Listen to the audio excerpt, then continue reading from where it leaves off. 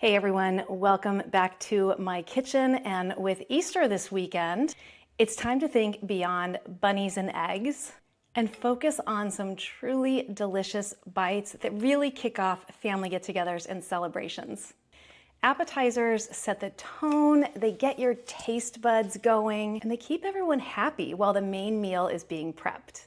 But let's face it, finding appetizers that are both easy to make and appealing to a wide group of people can be a challenge. And that's why today I'm sharing a variety of spring-themed appetizers that are guaranteed to impress your guests. They're also going to allow you more time to focus on family and festivities because all of these can either be prepped and or made ahead of time. That's what I'm doing today. So let's get to making some appetizers. So for the menu, I've got my computer here in front of me. Let me pull up my menu. We are going to be making some Easter-inspired deviled eggs, some delicate spinach puffs, a decadent Gruyère spear tart, some bacon-wrapped dates, honey fig ricotta, artichoke bruschetta, and antipasto spears. Let's get cooking. The very first thing we're going to do is we're going to start to boil our eggs.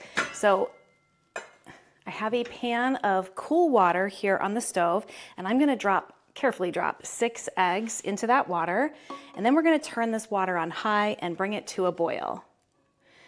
Once it starts to boil, once it reaches a rapid boil, I'm going to turn the heat off, put the lid on, and we're going to let that sit for 10 minutes. So we're just going to turn that on high. And while that's cooking, we are going to get to work on some garlic, onions, and shallots. I'm going to start with the onion. I need about half an onion here, which is exactly what I have. And we're just going to get this diced down into small pieces. You want the pieces fairly fine because everything here is an appetizer, so small bites. And then we're just going to set these onions aside because they're going to be for a specific dish. 3 of my dishes today call for garlic, so I'm going to get 3 sets of garlics minced down. So we need this garlic for one dish. We're just going to mince that in here.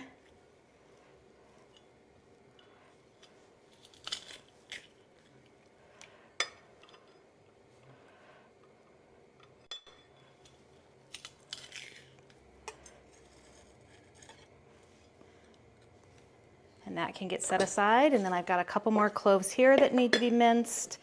So I'm just cutting off the root end.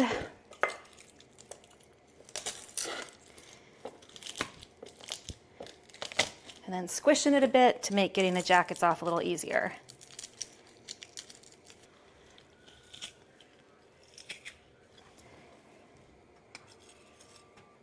Now this garlic I'm going to use right now.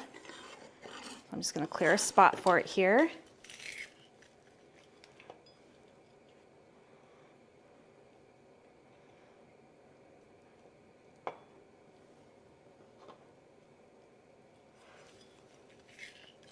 That looks good.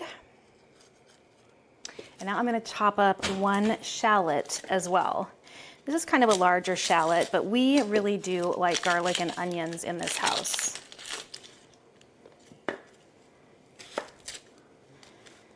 My eggs are starting to come to a boil, but it's not a rapid boil yet. I'll show you what that looks like when I'm ready to turn the heat off and put the lid on. Here we've got a rapid boil, so I'm going to put the lid on, and I'm going to turn the heat off. And we're just going to let that sit for 10 minutes. That method for eggs has always worked really well for me. I think I learned that from Rachel Ray way back in the day. So bring it to a rapid boil and cut the heat, but keep the lid on. Let it go for 10 minutes, just steeping in that boiling water, and then you can cool them down. So I'm just going to chop this shallot down nice and fine. Smells really good. These are pungent.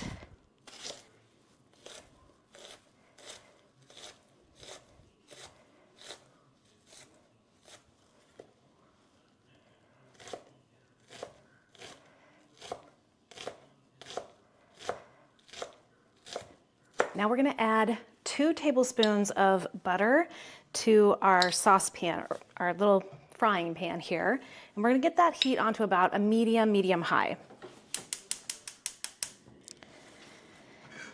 And we're gonna cook the shallots and the garlic for just a couple of minutes. With our butter starting to melt, I'm gonna go ahead and throw in our shallots. I'll add those first, and we'll get those cooking a bit before we add the garlic because we don't want the garlic to burn. This is the base for our baked spinach puffs. And you just need to do the shallots and the garlic for 1 to 2 minutes, just until the shallots are beginning to get translucent and everything gets nice and fragrant. Smells so good. All right, that looks good. I'm gonna turn that off. We definitely don't want these to burn. And I'm just gonna transfer them into a bowl where they can cool off for a little bit while we get our spinach ready.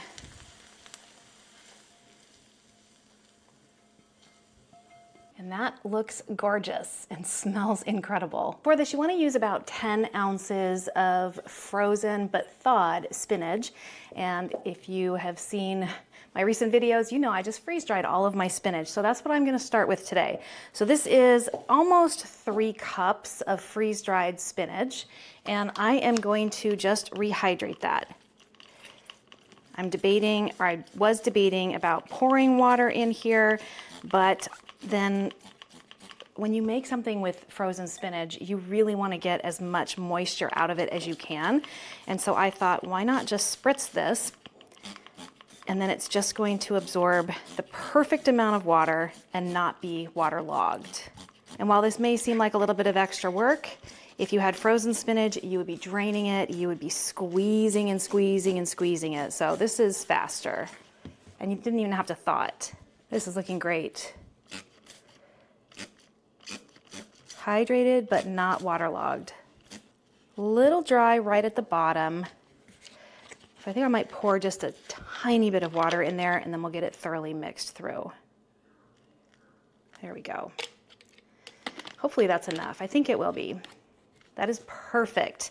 And the other benefit of using freeze-dried spinach is you don't have to chop it. If you were using the frozen spinach, you would then, after you thawed and drained it, you would chop it into tiny little pieces. But with freeze-dried, I just had to run it through my fingers and it got it into some really small pieces. And now we have some hydrated spinach to use. Our shallots and garlic have cooled down a little bit, and now we can go ahead and get our cream cheese ready. We're gonna do 4 ounces of room temperature cream cheese, and we're gonna cut that down into dices. So I'm just gonna cut it at the 4 ounce mark.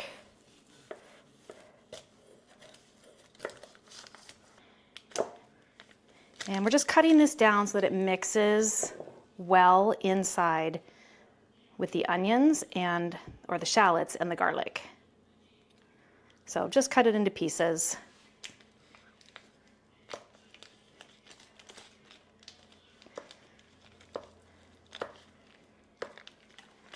And my 6-minute timer for the eggs has just gone off. Perfect timing. So I'm gonna get those eggs over to the sink. I'm gonna take them out of the hot water and I'm gonna plunge them into a bowl filled with cold water.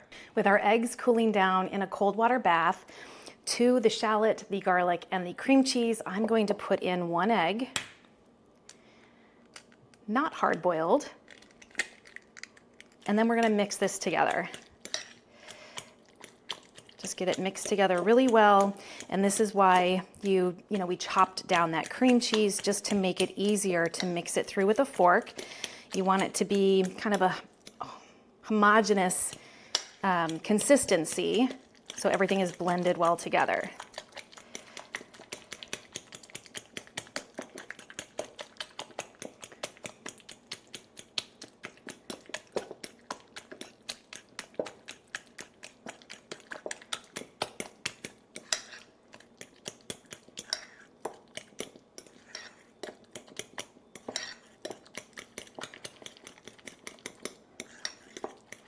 That looks good. Now I'm gonna add some dill, about 2 teaspoons. If you have fresh dill, even better. I have freeze-dried, so that's what I'm gonna use. And because it's, oh man, that smells so good. Because it's freeze-dried, it's definitely more aromatic, but it's also just more pungent in flavor. So I'm cutting it back to 1 tablespoon. Oh, yum, smells so good. And then we want to add about 1/2 cup of feta cheese. I have a new container here, and this is a 6-ounce container. So we probably need about 1/3 of this, about 2 ounces. And I'm just gonna make sure that that's crumbly as it goes in, because some of the feta pieces are quite large.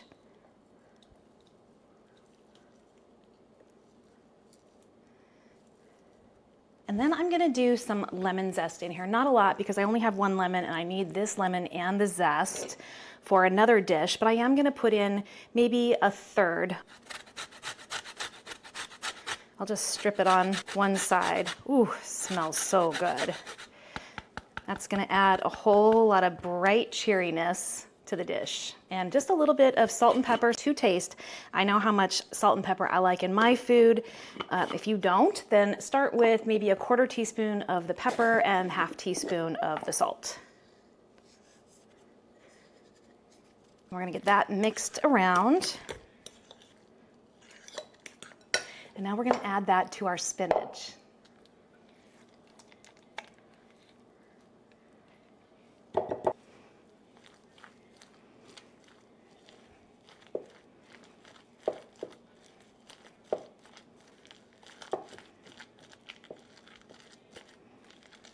Here's what we're looking like, and that looks good, but I think I want to add just a little bit more of that cream cheese.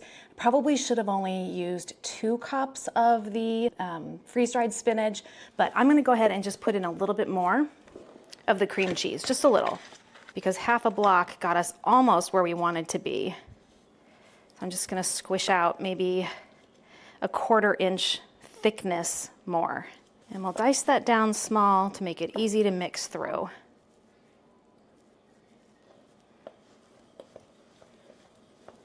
And then I'm just going to go back in with my fork to get that thoroughly blended. And I think that's going to be a much better consistency with better flavor and not quite so much spinach, although spinach is the star of this appetizer. That looks a lot better to me. It looks a lot creamier. Perfect. Now this needs to go into the refrigerator for at least 30 minutes. Next, we are going to make a Gruyère spear tart. This is going to be a intense Gruyère Swiss flavored cheese baked with some fresh asparagus spears. It's going to be absolutely delicious, and it's really stunning to serve as well. And we need to use puff pastry that we have to pre-cook. So I took this puff pastry out of the freezer this morning into the refrigerator, and then about an hour ago I took it out of the refrigerator, because you definitely want your puff pastry completely defrosted before you try to unroll it, or it's going to crack on you. This comes in 2 ready to bake sheets. We're going to use 1 for this, and then we're going to use 1 for the baked spinach puffs as well.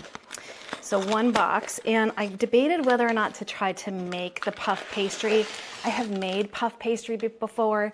It's very similar to making croissants. It can be a little time consuming and a little finicky, but because I am trying when I bake now to use freshly milled flour, I haven't practiced with that yet, so I went ahead and bought these.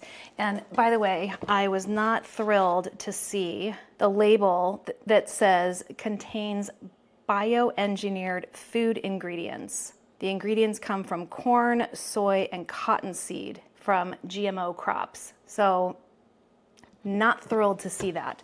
Definitely gonna have to come up with a good recipe for homemade puff pastry. But we're giving ourselves a pass today. I'm gonna carefully take these out. And again, we just need 1 for this recipe, so I'm gonna separate these. And I'm just gonna put the other one back in the container and set it aside. This is still slightly chilled, but definitely defrosted. Now, puff pastries work the same way that a really flaky pie crust does. It is laminated with a ton of butter and flour, and you want that butter to not be melted by over handling the dough, because the steam that's released from the butter pieces while it's baking is what gives it the flakiness. So we're gonna bake this on the back side of a baking sheet. And we're gonna go for about a 16 by 9, which this pan is about 16 this way and it's about 11 this way. So I'm just going to, and I measured the parchment paper to make sure that it would fit on top of this pan. So we're just gonna roll this dough out to about that size. So we wanna go all the way this way if we can, and then about an inch hangover of parchment paper on either side over here. And I'm also gonna turn the oven on now to 400 degrees.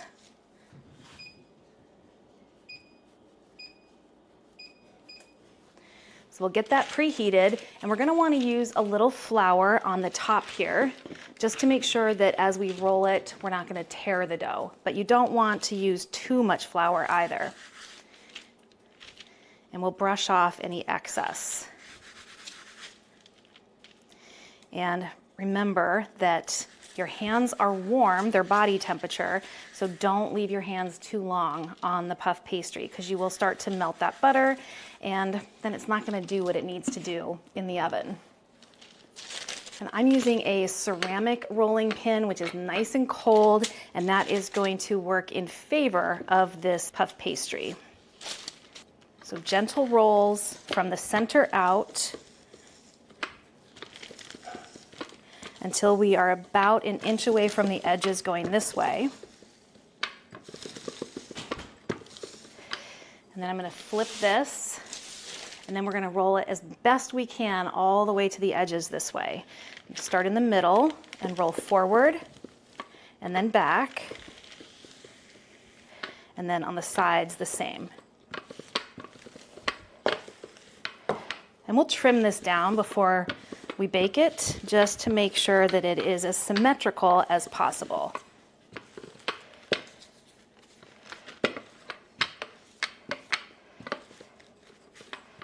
This looks really good. Now we're gonna score this. Brush off any excess flour. Quickly, don't let your fingers linger. Now you're gonna use a knife, and about 1 inch in on all sides, you're just gonna make a frame. So we're scoring it down all 4 sides.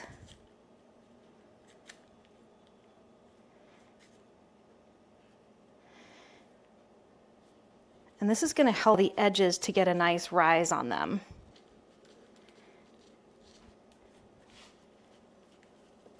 And now,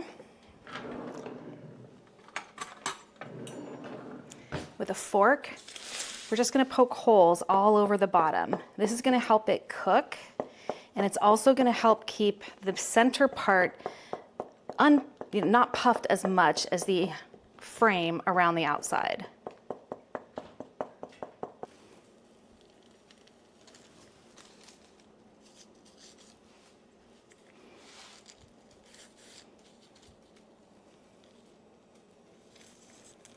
Nice clean edges. And then I am just going to lift that onto the baking sheet. And as soon as the oven is at 400 degrees, we are gonna bake this for 15 minutes. While we're waiting for the oven to heat up so that we can get our puff pastry into the oven, we're gonna get going on our bacon wrapped stuffed dates.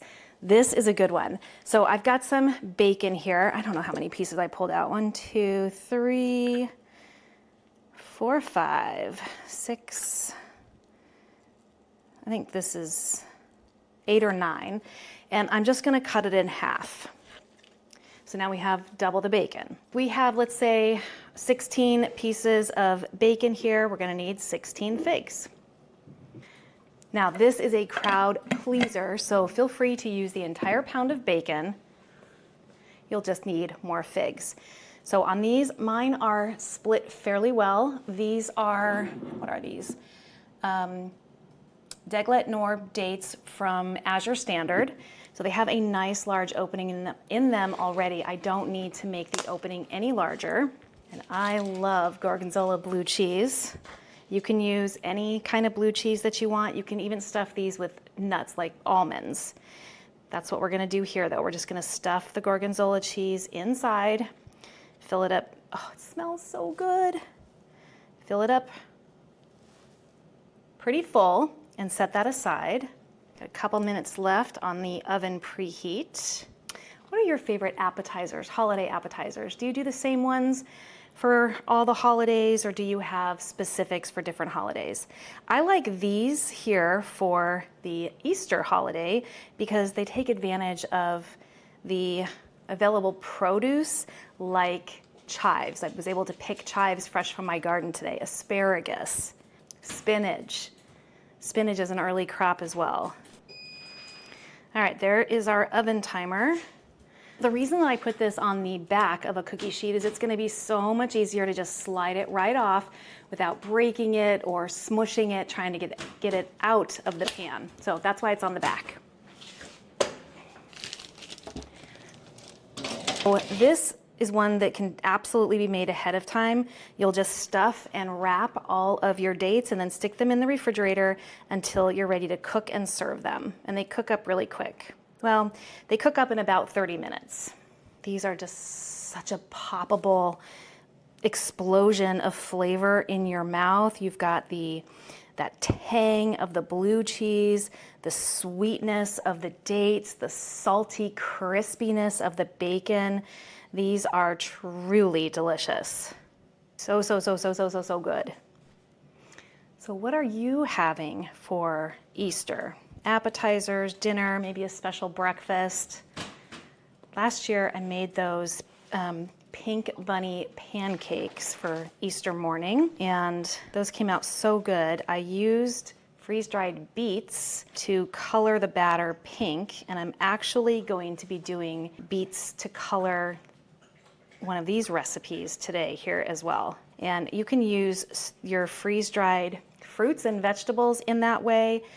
Strawberries, raspberries, blueberries. If you powder those down, they make a beautiful coloring. I'm just going to do the one color today to keep it really simple, but if you do have freeze-dried fruit like blueberries, blackberries, raspberries, strawberries, you can do a wide array of colors for your deviled eggs. I'm just going for pink with the beets. And if you're wondering if the beet powder imparts a flavor, no, not really. When I made the pancakes last year, you could not tell at all that I had used beet powder in there. Not at all. There wasn't even a hint of beet flavor in them. Nobody knew. All right, now that these are filled, and I've got some extra, which is good because I can make more of these tomorrow if need be. And now we get to wrap them. Before I get my hands covered with bacon, I'm just gonna pull out a bunch of toothpicks here. And now we're just going to take one cheese-filled date and we are going to wrap bacon around it. And I'm gonna leave the fatty end on the outside to make sure that that gets cooked. And then we're just going to skewer that on. And then over here, I have a baking sheet lined with aluminum foil. That's gonna help catch the bacon grease that drops off of here. And then I have a rack on top of that. So these are gonna sit on top of the rack and they'll drip down into the sheet lined with aluminum foil.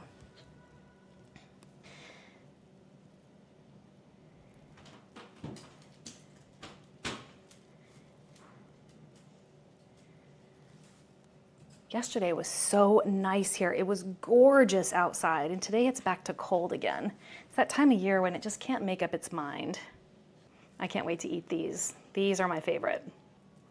Now, if you wanted to make these ahead of time, you would go through all of this and then just stick these in the refrigerator until you are ready to bake them. And that is true for most of what we are doing today, which would just leave you so much more time on the holiday to focus on a few simple dishes for your meal and spending time with your family and friends, enjoying the festivities. And I like having an eclectic array of appetizers like this because people have different taste buds. Some of this bacon is a little thicker than others. I wish it was all pretty thin, but I am out of my farmer purchased bacon, and this is store-bought.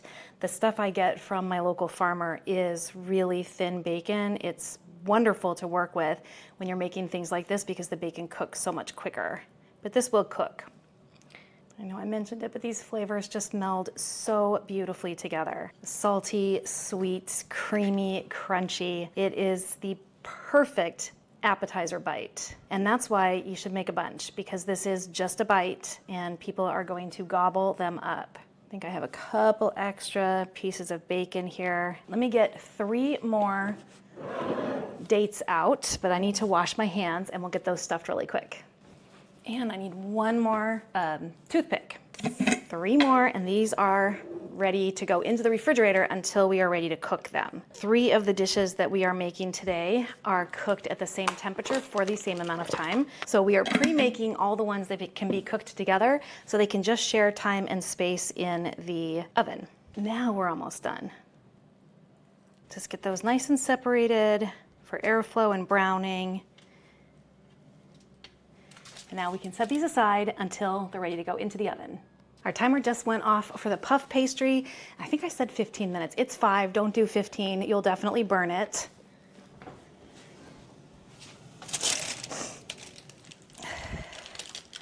We've got a nice pre-bake on here. So our frame around the outside definitely did puff up and it pulled away a little bit. I scored it a little bit all the way through in some places, so try not to do that. You just want to score, you don't want to cut. I'm gonna let this cool down for just a minute and then we're gonna assemble this and then we're gonna move on to the spinach cups. To put this amazing tart together, we are starting with 2 cups of cheese.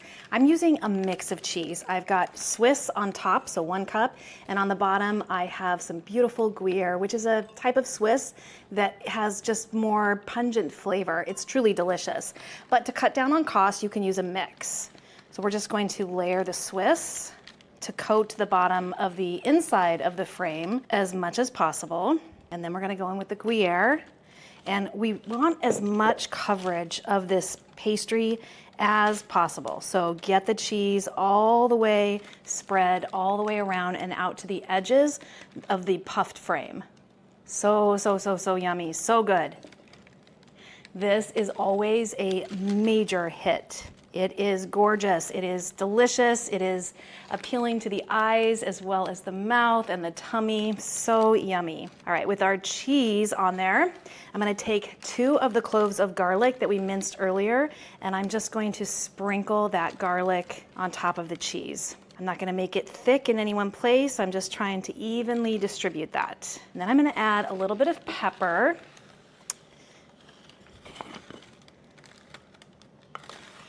Salt and pepper is always to taste. So I'm just gonna do a light sprinkle.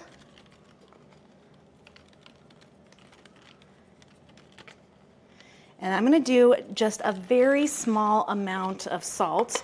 Number 1, because the cheese has salt in it, but number 2, because when this comes out of the oven, I'm going to dust it with flake salt. So just a tiny sprinkle of salt on the cheese. And now we can get our asparagus laid on there. Now I have pre-washed this, and then I set it aside to mostly dry. I'm just gonna give it a quick rub down now, just for any remaining moisture. And I have not trimmed this, but real quick, we're just going to trim it right where it wants to snap.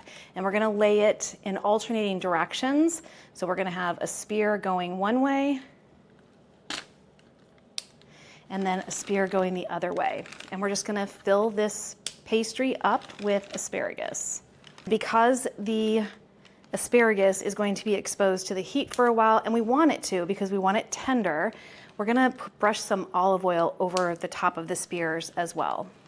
Now, if you have access to really thick speared asparagus, that works really well on here. All I have are these young, tender spears.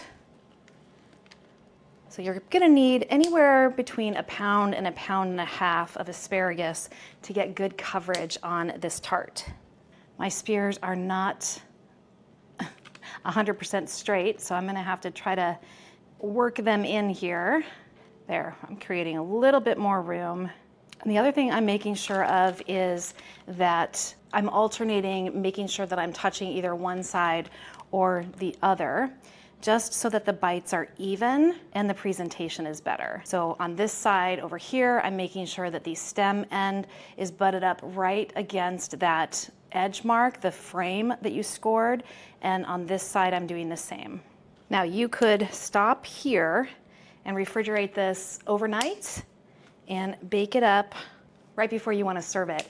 And this will reheat as well.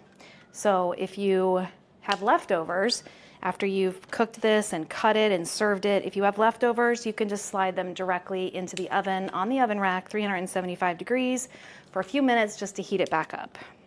The cheese is going to help bind the asparagus to the tart. So tip, if you have the ability to pick your own asparagus, make sure that you get spears that are mostly straight.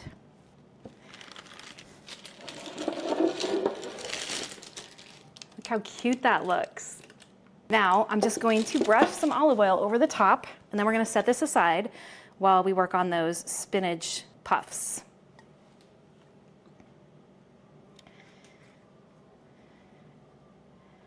Just a little olive oil to keep these from burning while they get tender in the oven.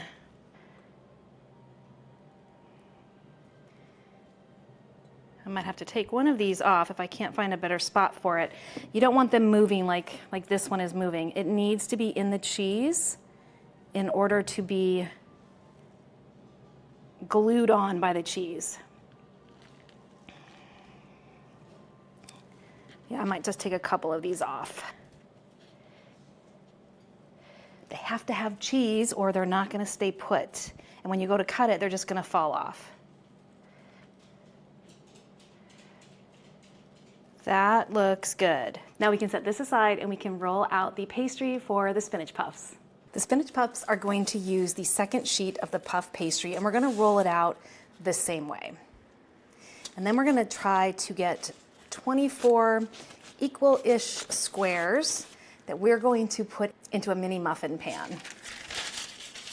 So I'm just going to dust this with a little bit of flour just to keep it from sticking.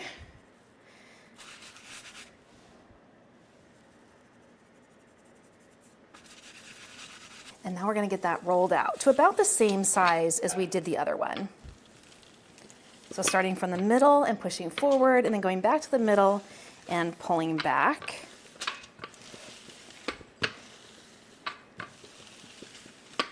And you can see we have a short side and we have a long side, and we're going to use that information to get 24 squares.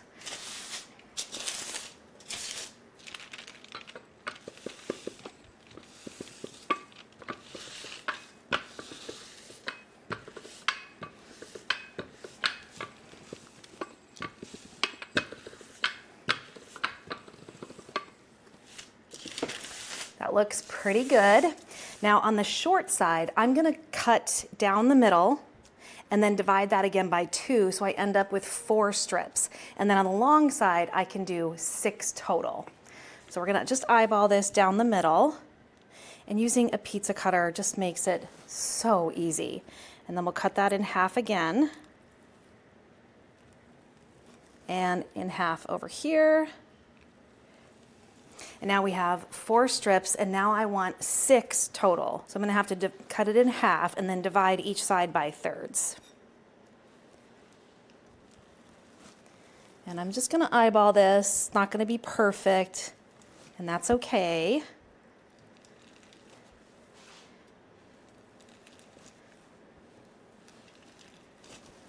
And now we have 24 squares. That was pretty easy.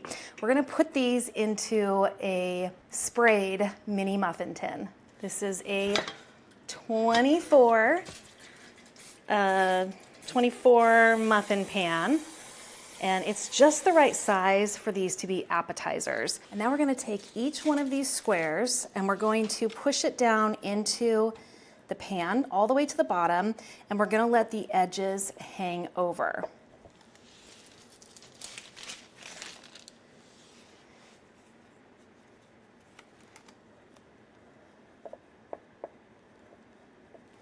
This one is a little narrow, so I'm just going to stretch it out a little bit.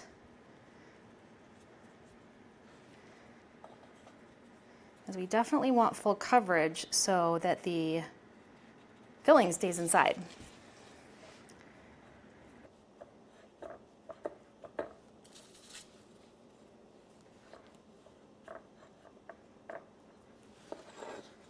And voila. Now, what I'm gonna do before I fill these, I'm gonna do an egg wash on them. So we're just gonna get an egg cracked. I'm just gonna use a fork and get that mixed together, scrambled. And I'm really just gonna brush over the overhang edges with the egg wash. I might actually hit the asparagus tart edges with the egg wash too. It's okay if you get a little egg wash down in the cup as well. It's just the important part is to make sure that your edges are covered. And doing it before you put the spinach mixture in here, make sure that you're not getting egg in your spinach.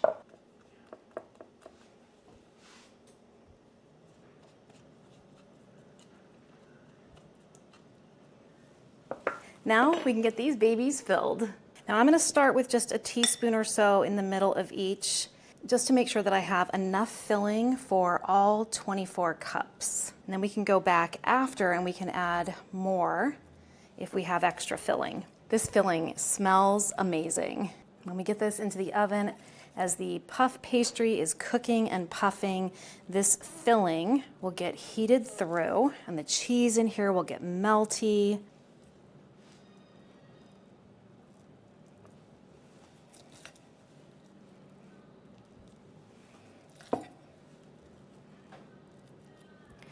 We did pretty good. We almost emptied the bowl. There is a little bit more in here though, so I'm just going to top off some of the cups that may not be quite as full as others. That looks great. So I'm gonna get the other two dishes out of the refrigerator and we're gonna get them into the oven for up to 30 minutes. I'm gonna keep an eye on this one as well as the Gruyère spear tart because I wanna make sure that the puff pastry doesn't burn, and those bacon wrapped dates are going to take longer because we wanna make sure that that bacon is fully cooked. I'm just gonna run my egg wash along the edges of the Gruyère spear tart.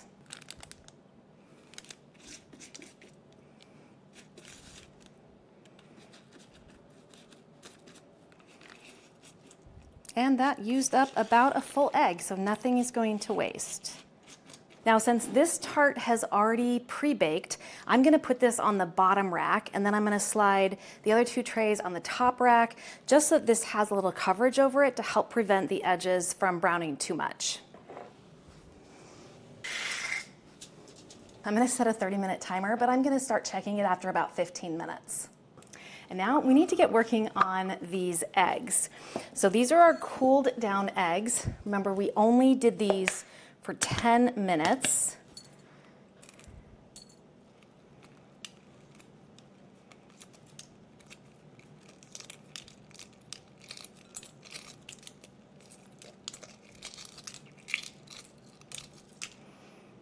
There we go. We only mangled one, just a little tiny bit, not bad.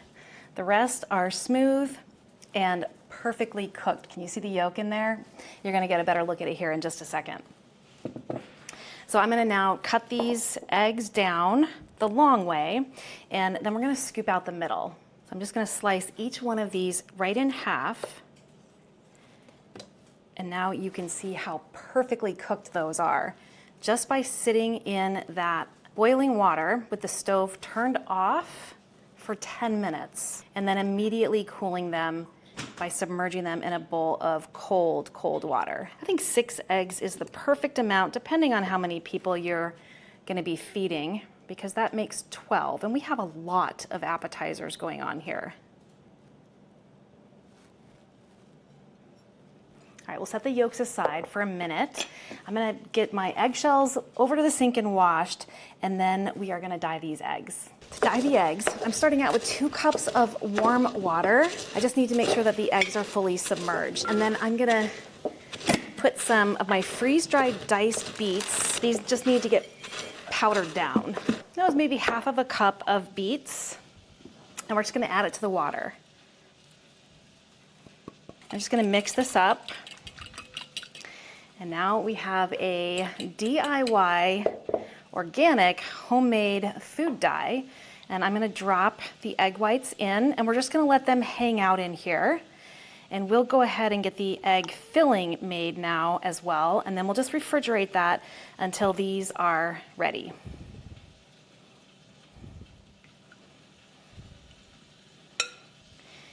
And they are fully submerged, so we can set those aside. To our egg yolks, we're gonna add some mayonnaise, some Dijon mustard, a little bit of hot sauce, and some salt and pepper, and then we will add a garnish to these at the end as well, so stay tuned for that.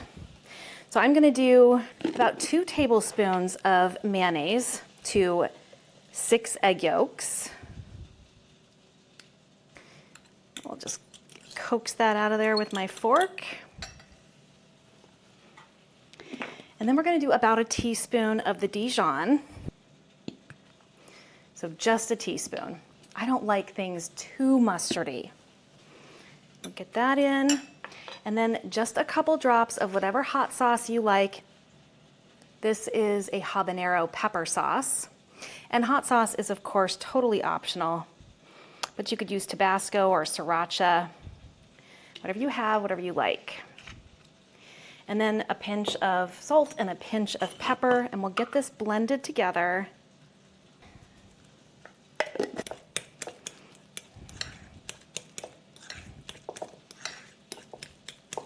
You could add a little relish to your deviled eggs, whatever suits you and your taste buds.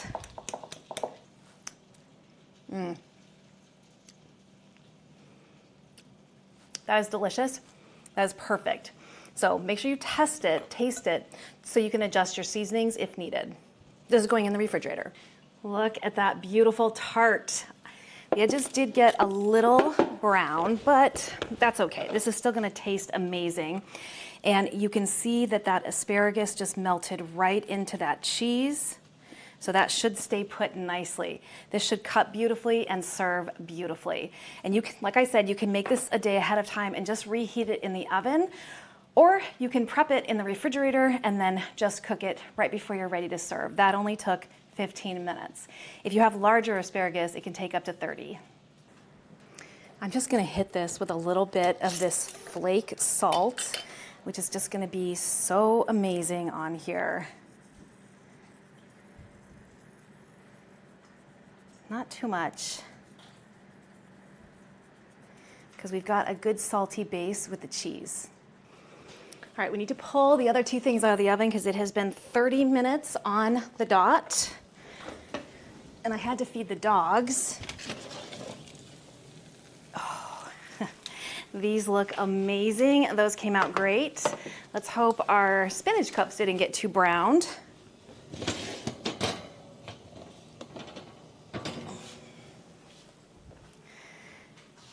They came out perfect. And they smell amazing. I'm gonna drop the heat on the oven to 375. And now we can move on to the next dish. We're gonna be making a baked ricotta with honey and fig. So for that, I'm gonna use 16 ounces of ricotta, and it is whole milk or full fat. And we're gonna mix that with some lovely ingredients. We're gonna use the rest of the zest from my 1 lemon. So we're just gonna zest that right in.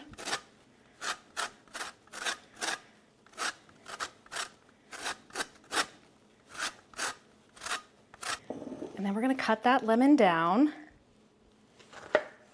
and we're gonna juice it. And juicing it outside of the bowl is just gonna prevent any seeds or pulp from going in there. We're just gonna pour that in.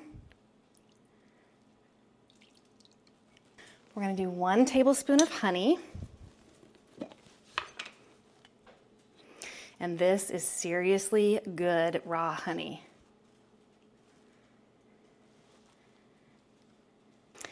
And we're gonna do the other 2 cloves of garlic that we minced. A little fresh chive that I was able to pull from the garden today. So we're just gonna chop those down nice and small.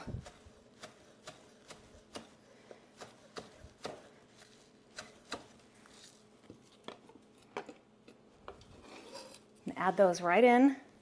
A little salt and pepper, just a pinch. A pinch of salt, maybe half a pinch of pepper, but that's totally your preference based on your taste buds. And then we're gonna get that all mixed together. So you've got some zest from the lime, you've got some sweetness from the honey as well as from the ricotta. And then we've got those lovely fresh chives and some garlic. Now before we do anything else with this, we're going to give it a taste.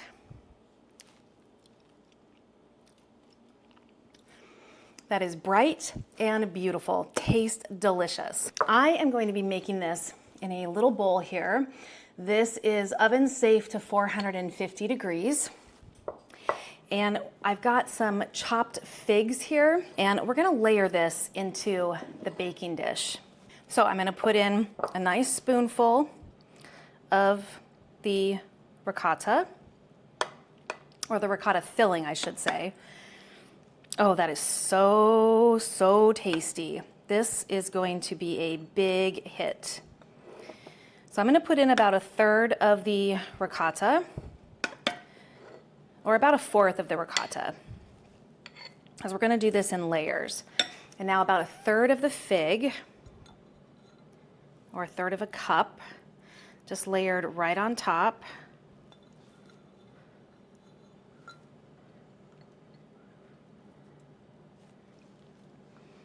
And then more ricotta filling.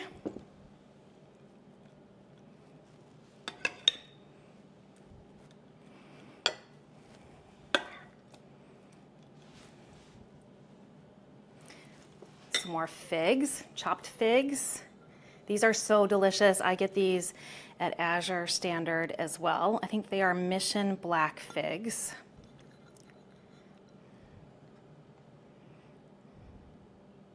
Look at this. Oh, this looks so good. Smells so good. And now we're gonna do a final layer of the ricotta mixture right over the top. And I am gonna place this on a baking sheet just so in case it bubbles over, I don't wanna make a mess in my oven. And this is gonna need about 15 minutes or so, maybe 20 in the oven. Let's get all of it in there. This is so good.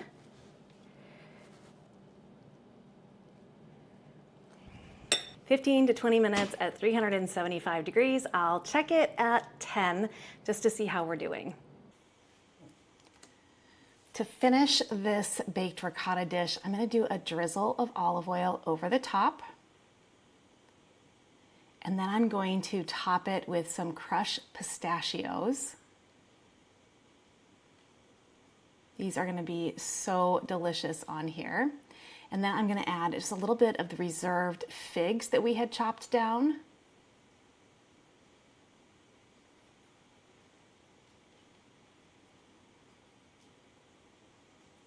And now I'm going to hit that with some of my freeze-dried chive blossoms.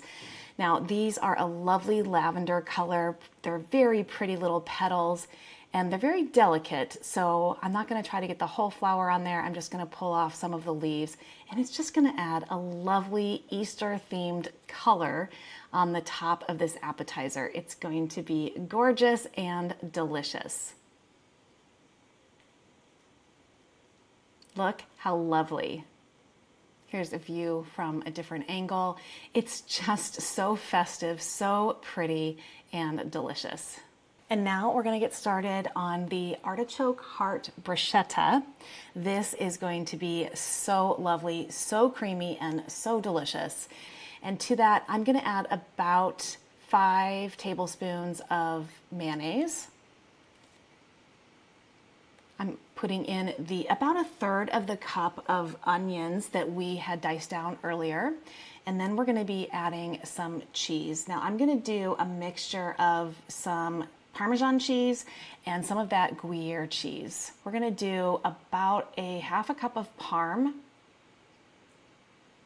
and 1/4 cup of the Gruyère. So I'm just gonna get that Gruyère shredded first, and then we're gonna grate down that Parmesan. And I'm just using my box grater because we're not doing a whole lot of shredding here, and it's just quick and easy. So just about 1/2 cup, only gonna take a minute.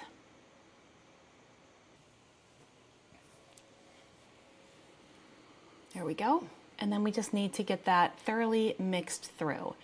Make sure that those marinated artichoke hearts and the onions and the cheese gets blended well with the mayonnaise.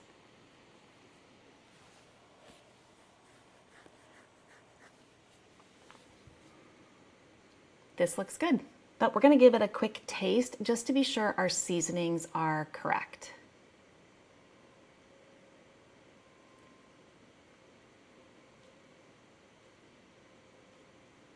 That's perfect. That's delicious. Now for this, I'm just gonna do some thin slices of the baguette, and we're just gonna do a few today. I'll cook the rest up tomorrow.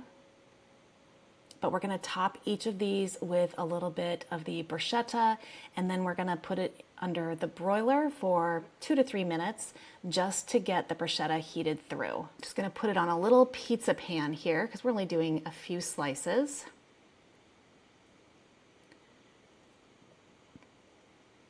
Just get a little bit of filling on each piece of bread. And you can be as liberal as you want with this.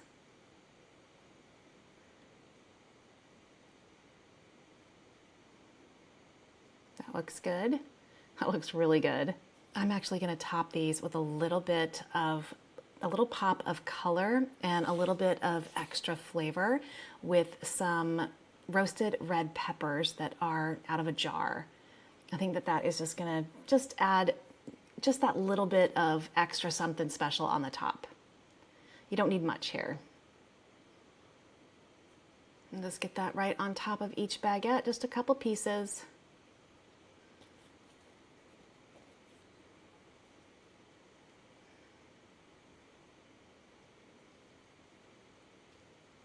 And now these can go into the broiler for 2 to 3 minutes. Now we're moving back to the eggs. You can see here that these egg whites have been beautifully dyed in this beet powder mixed with water. It works beautifully, and you can use other vegetables as well. If you want green eggs, you can use spinach. If you want pinker eggs, you can probably use strawberry powder, maybe raspberry powder. If you want blue eggs, you can use blueberry powder or maybe even blackberry powder. So versatile. This is a 100% natural, organic way to create food coloring, and it does not impart a whole lot of flavor, so you don't have to worry about that. When I made my pink bunny pancakes last Easter, I used beet powder in it. Nobody was the wiser. They absolutely could not tell that there was beet powder in the pancake batter, but they had pink pancakes shaped like bunnies. Our bruschetta is done. Look how beautiful that came out. There is some larger pieces of beet in here as well, so I am going to clean them off with a paper towel just to get any of the solid beet parts off the egg. And they will dye your hands too, so you don't want to be handling them too much without washing your hands. Look how cute these are. Now you can pipe the filling into these eggs. I don't have a piping bag. I could use a Ziploc bag with a hole cut into the bottom corner, but it's going to be just as easy to use a spoon and not have to waste a Ziploc bag. So we're just going to go in with a relatively small spoonful here just to make sure that we have good coverage on all the eggs. Last one, just enough filling. These look great. This one has a little less, so I'm going to steal some from over here. Look how cute those are. Now we can do a garnish. I'm going to use chives here because I just think that the green pop of color on top of the yellow egg yolks and the pink eggs is just going to be a nice color combination. You can also dust them if you want to with some spices, maybe some cayenne pepper. Your choice with what you want to put on here. I just think that the chives are going to be a nice combination.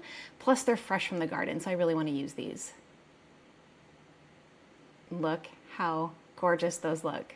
And last but not least, we're gonna make some antipasto skewers. And you can see I've already made a few here, and I'm just gonna make one more for right now. This is a really long video, but I'm starting with a piece of, or a leaf of basil with the curved side facing towards the middle of the skewer. And then I'm gonna go in with a cherry tomato, a fresh mozzarella ball, a Kalamata olive, and a peppercini. I'm gonna go ahead and remove the stem just so that people don't have to do that as they're pulling it off of the skewer. And then I'm gonna go in with a piece of deli sliced pepperoni. This is, a large sandwich slice. So I'm folding it over 4 times before putting it on the skewer. And then we'll do a roasted red pepper, and we're just going to thread that on accordion style.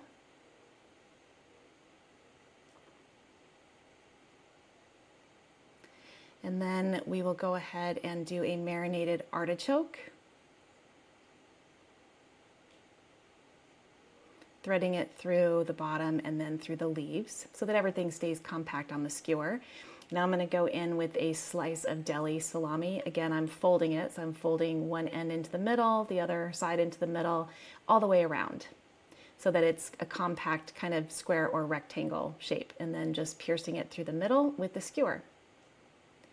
And then we're just going to repeat some. So here's another tomato and another mozzarella ball and maybe another piece of pepperoni. I mix these up so that not all the skewers are the same. No 2 skewers are the same. And then we're gonna complete that with one more basil leaf with the curved portion of the leaf facing towards the center, and look how lovely those are. And there we have it. 7 deliciously easy, simple appetizers to throw together for a holiday celebration that are unique and utterly delicious. We've got the baked ricotta with honey and fig, absolutely gorgeous and delicious. Gorgonzola filled and bacon wrapped dates, our spinach puffs, the artichoke bruschetta on crostini bread, our Gruyère spear tart, our holiday themed eggs, and then our antipasto skewers. But just take a look at those eggs. They are absolutely gorgeous. This is a lot of food, a lot of different types of food, sure to please anybody, because there are a lot of choices here. Thank you so much for joining me for an all-day appetizer session in the kitchen. My name is Kelly, you're at A Better Choice Homestead. I do hope you come back and visit again soon. And from my family to yours, happy Easter.